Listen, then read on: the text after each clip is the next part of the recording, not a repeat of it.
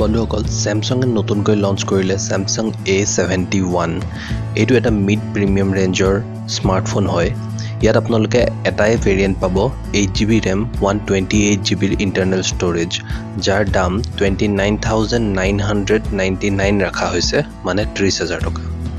চাও হক এইটো দাম জাস্টিফাই কৰে নে নকৰে বন্ধুসকল ডিসপ্লেত আপোনালোকে পাব 6.7 ইঞ্চৰ এখন ফুল HD plus super AMOLED display dot নচ ডিজাইনৰ হৈতে আৰু আপোনালোকে যেনেদৰে জানে স্যামসাঙৰ ডিসপ্লে খুবেই শাৰ্প ক্ৰিস্প এই ফোনটো ঠিক তেনেদৰে খুব এখন ধুনিয়া ডিসপ্লে প্ৰসেসৰত আপোনালোকে পাব কোৱালকম স্ন্যাপড্ৰাগন 730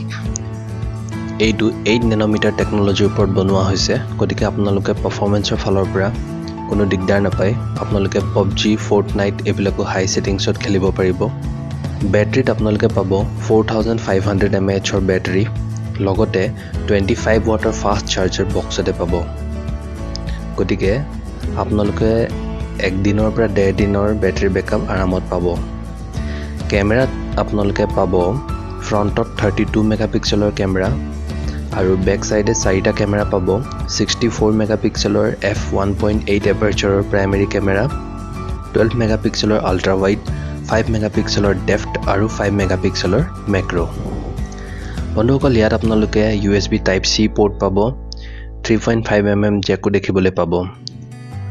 ইয়াত আপোনালোকে ট্ৰিপল কাৰ্ড স্লটো পাব আৰু বন্ধুসকল